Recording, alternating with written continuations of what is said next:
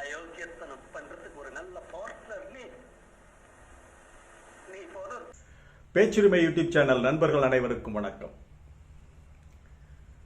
Pacific பெருங்கடலில் நங்கூரமிட்டிருந்த அமெரிக்காவின் போர்க்கப்பல்கள் 2 விமானம் தாங்கி கப்பல்கள் உட்பட டெஸ்ட்ராயர்களை வளைகுடா, அதாவது அரபு வளைகுடாவுக்கு கிளம்ப சொல்லி ட்ரம்ப் உத்தரவிட்டிருக்கிறார். கார்க் தீவை அவர் கைப்பற்றி விடுவாரா?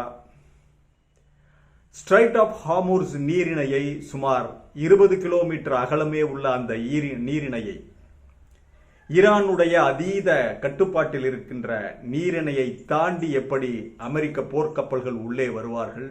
அப்படி வரக்கூடிய கப்பல்கள் ஏன் ஏற்கனவே வந்து இந்த வர்த்தக கப்பல்களுக்கு பாதுகாப்பு தரவில்லை?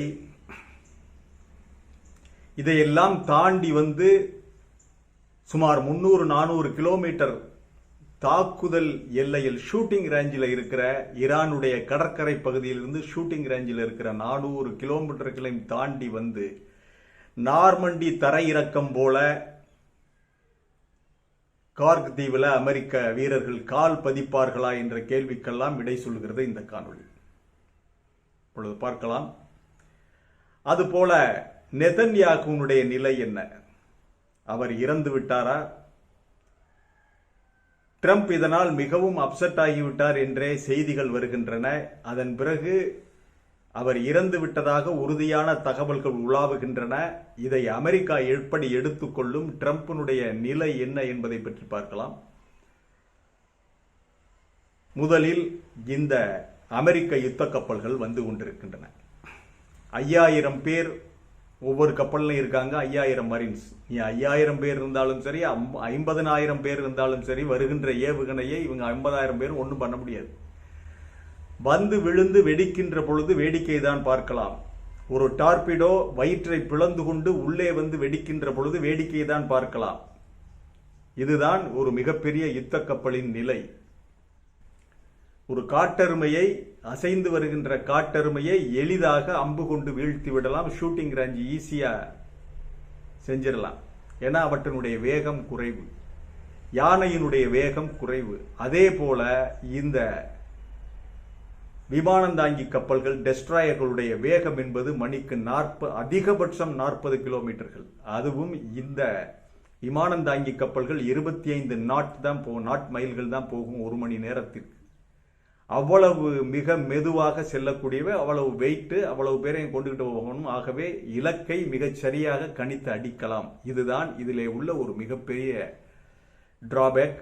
அப்படி அடிக்கக்கூடிய ஸ்பீட் போட்டுகளை தான் வச்சிருக்காங்க ஈரானியர்கள். மிக விரைவாக குறுக்கும் நெடுக்கும் இந்த கப்பல்களை அலைக்கழித்து எங்கே போகுது எங்கே வருதுங்கிறதை கேட்ச் பண்ணவே முடியாது. இந்த ஸ்பீட் போட்டுகளை உதைப்பதற்கு, அவற்றை அடிப்பதற்கு அமெரிக்க கப்பலில் என்ன மாதிரியான வசதி இருக்கிறது? ஒன்லி ஹெலிகாப்டர்ல இருந்து போய் அடிக்கலாம். ஆனால் அவற்றினாலும் டார்கெட் பண்ண முடியாது. சிறிய வகை போட்டுகள், அதுல டார்பிடோ வச்சிருக்காங்க, ஏவுகணைகள் வச்சிருக்காங்க, மேனுவல் ஹைட்ராலிக் வச்சிருக்காங்க.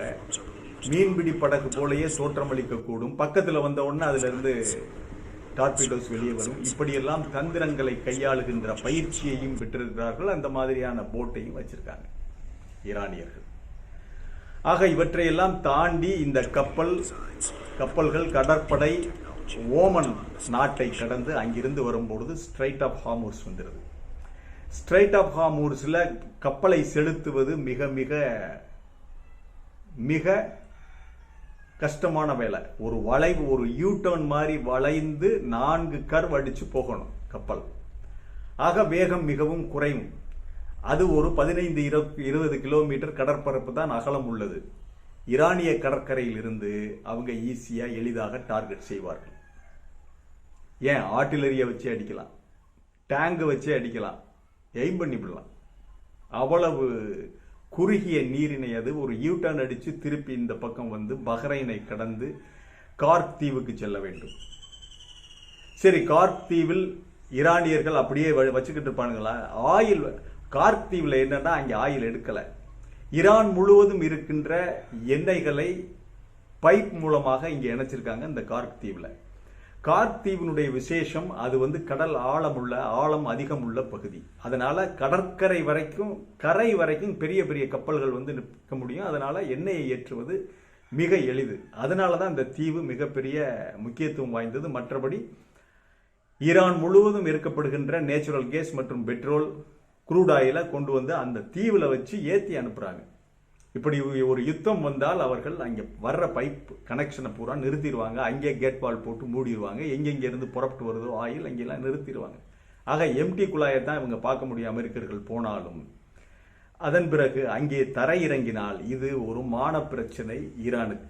கார்க் தீவை இழந்தால் ஈரானை இழந்தது போல்தான் என்று அவர்கள் முடிவு கட்டுவார்கள். 8 கிலோமீட்டர் சுற்றளவு உள்ள அந்த தீவில் எங்கு பார்த்தாலும் பங்கர்கள், எங்கெங்க மணலுக்குள்ள எங்கே பதுக்கி வச்சிருக்காங்க, கன்னி வெடிகள் பதிப்பார்கள், நிறைய விஷயம் இருக்கு.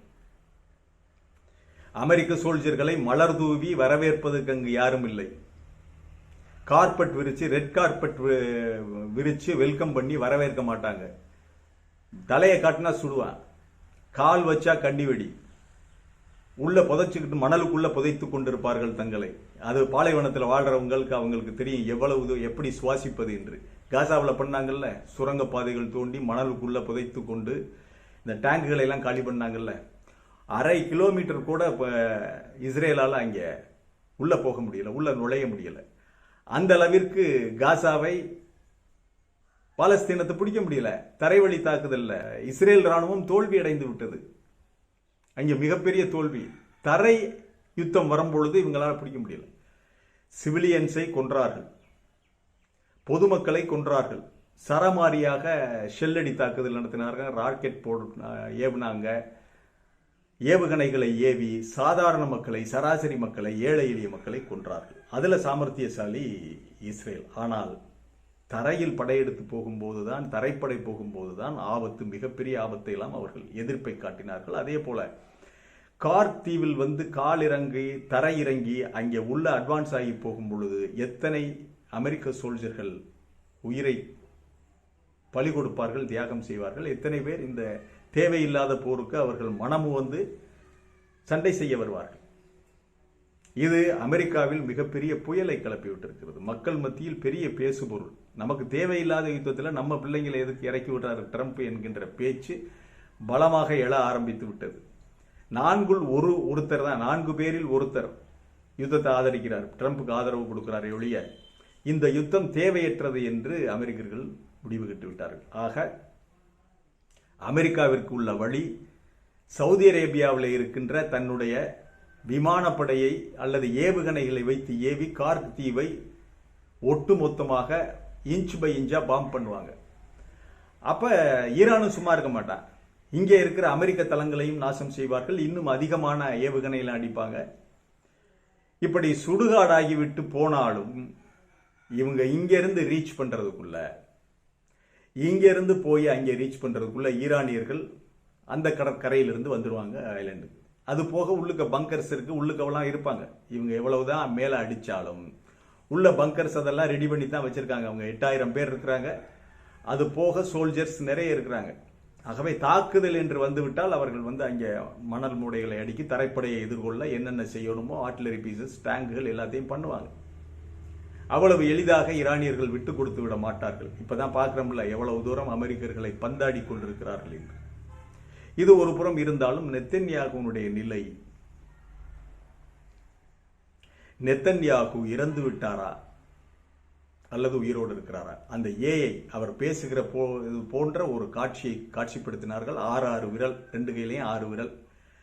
அதுவே பொய்யின் ஆகி போயிடுச்சு. அது போக அவருடைய மகன் கடந்த 2 நாட்களாக தன்னுடைய எக்ஸ் தளத்தில் எந்த பதிவையும் ஏற்றவில்லை. யார்? நெத்தன்யாகு. நெத்தன்யாகுனுடைய பையன் யார்? நெத்தன்யாகு எந்த பதிவையும் ஏற்றவில்லை. மூன்றாவதாக இந்த இஸ்ரேலுடைய ராணுவ கவுன்சில் நடைபெறுகின்ற பொழுது தவறாமல் இடம் பிடிக்கின்ற நெத்தன்யாகு வரவில்லை. Absence of Netanyahu the meeting was conducted. அப்படித்தான் சொல்ல முடியும். அவருடைய ஆப்சன்ஸ், அவர் இல்லாமலே அந்த முதன்முறையாக இஸ்ரேலுடைய ராணுவ கவுன்சில் கூட்டம் நடத்தியிருக்காங்க. அவர்களும் எதையோ பறிகொடுத்தது போல சோகமாக இருக்கிறார்கள் அந்த ராணுவ ஜெனரல்கள். ஆகவே நெதன்யாகு இவ்வளவு நாளாக இந்த மார்ச் 2ஆம் தேதி அடித்தது, காமைனி இறந்ததுக்கு மறுநாளே அவங்க அடித்தது, அதில் கோமா நிலையிலிருந்து படுகாயமடைந்து கோமா நிலையிலிருந்து 2 நாட்களுக்கு முன்பு நெதன்யாகு இறந்திருக்கலாம் என்ற செய்திகள் உலாவுகின்றன. இருக்கலாம். அதனால தான் இத்தனை நாளாக வீரியமாக எக்ஸ் தளத்தில் பதிவேற்றிக் கொண்டிருந்த யார் நெதன்யாகு அவருடைய மகன் எதையுமே பதிவேற்றவில்லை. அதே போல இந்த பின் கவிர்ங்கிற இஸ்ரேலிய ராணுவ அமைச்சரும் இறந்து விட்டார், கொல்லப்பட்டு விட்டார் என்று உறுதியாக தகவல்கள் தெரிவிக்கின்றன. நாம ஏற்கனவே காணொளி வெளியிட்டோம்.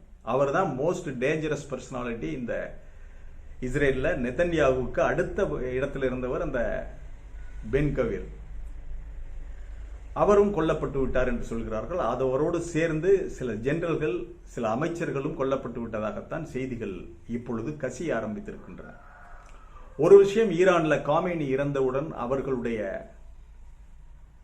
ஜெனரல்கள், அவருடைய காமேனி, அவருடைய மருமகள் எல்லாரும் இறந்தவுடன் நேர்மையாக வெளிப்படையாக அடுத்த 1 மணி நேரத்திலேயே ஈரான் கன்ஃபார்ம் பண்ணிட்டாங்க, காமேனி கொல்லப்பட்டு விட்டார், வீரமரணம் அடைந்து விட்டார் என்று அவங்க கன்ஃபார்ம் பண்ணிட்டாங்க. அவங்க மறைக்க மாட்டாங்க. ஆனால் மறைப்பது, நாடகம் ஆடுவது இதெல்லாம் இவர்களுக்கு கைவந்த கலை, இஸ்ரேலுக்கும் அமெரிக்காவிற்கும். ட்ரம்ப் முகமும் நல்லா இல்லை, எதையோ பறி கொடுத்தது போல இருக்காரு. அவருக்கு செய்தி சேர்ந்துருச்சு, நெதன்யாகுடைய நிலை அவருக்கு செய்தி சேர்ந்துருச்சு. இந்த பாகப்பிரிவினை படத்துல கடைசியா எம்ஆர் ராதா கடைசி அஞ்சலி செலுத்துவார் ரவுடி சிவாஜி கணேசனுக்கு.